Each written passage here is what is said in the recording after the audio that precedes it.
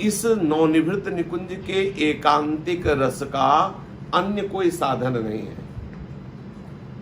इस रस की प्राप्ति का एक ही उपाय है, केवल कृपा।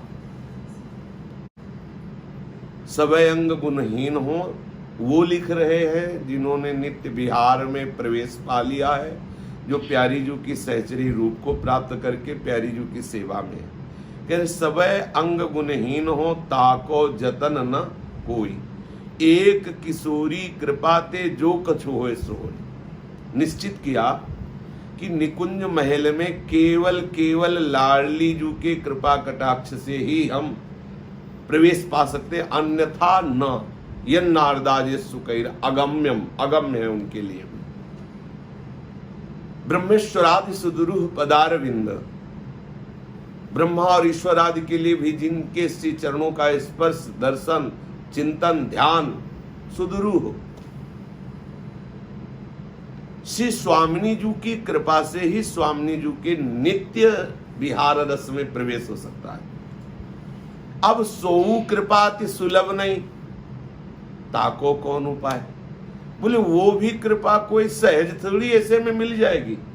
उस कृपा में डूबने के लिए हमें कैसे चलना होगा, कैसे कृपा का आश्रय ले, कैसे, यद्यपि कृपा अहेतुकी है पर उसका हम पान कैसे करें। बोले सो कृपा अति सुलभ नहीं, ताको कौन उपाय। उसका उपाय क्या है कृपा का। तो बोले ताको कौन उपाय, चरण शरण हरिवंश की सहजय बने बना। उसी कृपा का आनंद देने के लिए कृपा रूप जो वपु धर्यो, उसी श्री जी की कृपा ने साक्षात देह धारण किया। श्री जी के श्री महल में नित्य विहार सेवा में प्रवेश होने के लिए केवल श्री जी की कृपा, लालजू की भी कृपा नहीं, केवल श्री जी की कृपा। अब श्री जी की कृपा का कैसे अनुभव करें, तो कृपा ने देह धारण किया। कृपा रूप जो वप धर्यो, कृपा ने करुणा करके रूप धारण किया। वो रूप क्या, श्री हरिवंश चंद्र जी महाराज। साक्षात श्री जी की कृपा, साक्षात श्री जी की करुणा ने रूप धारण किया। अब जब तक हम आचार्य चरणों का दृढ़ता पूर्वक आश्रय नहीं ले लेते, तब तक इस रस का रसास्वादन नहीं हो सकता।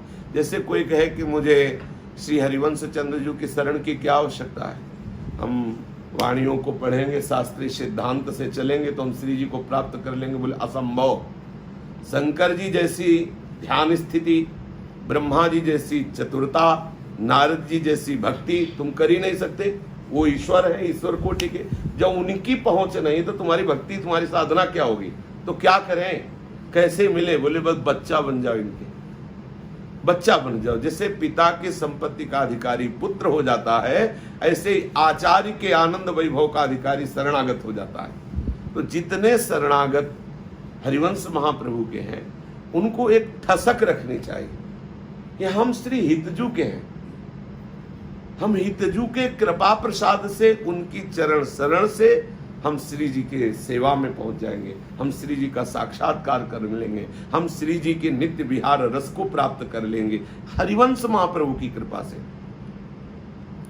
जब तक हम हरिवंश चरणों का आश्रय नहीं लेंगे तो किसी की सामर्थ्य नहीं। सिंघनी का दूध है, अगर कोई पीने की भी चेष्टा करेगा तो इस दूध को पचा नहीं पाए।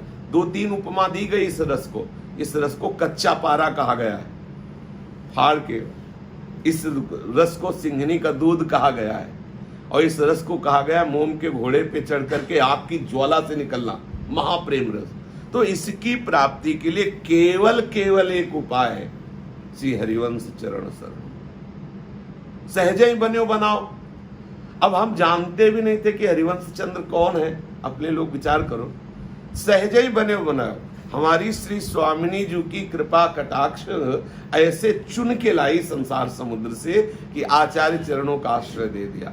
आचार्य चरणों से ही हमें श्री जी की प्राप्ति होगी, ऐसी ठसक रखे, ऐसा हृदय में दृढ़ विश्वास कर ले कि मेरे हरिवंश चंद्र जो है ना, जैसे बच्चा कोई भी नौकरी ना करता हो, कोई भी मेहनत ना करता हो, कुछ भी ना करता हो, पर समय से अच्छा कपड़ा उसको पहनने को मिलेगा क्योंकि वो रईस का लड़का है। वो अपनी इज्जत के लिए, अपने बिल्कुल काम ना करने वाले लड़के को अपनी पोजीशन में रखेगा, अच्छा भोजन देगा, अच्छी व्यवस्था देगा, यद्यपि भले वो असंतुष्ट रहे अंदर से, यार एक भी बात नहीं मानता, कुछ नहीं करता, पर पोजीशन उसकी वही होगी जो उस रईस की होगी। ऐसे ही हम वैसे निकम्मे लोग हैं कि हम उस कोटि की साधना, उस कोटि का समर्पण, उस कोटि की भजन शैली नहीं है, पर हम हैं उन्हीं के। तो उनके होने के नाते से, हरिवंश नाते से हमें लाडली लाल मिलेंगे। श्री नागरीदास जी ने लिखा है कि श्री हरिवंश शरण जे आए, श्री वृषभानु कुंवर नंद नंदन, निज कर अपनी चिट्ठी चढ़ाए। श्री लाडली और लालजू अपने निकुंज के रजिस्टर में उसका नाम लिख लेते हैं जो हरिवंश शरणागत हो।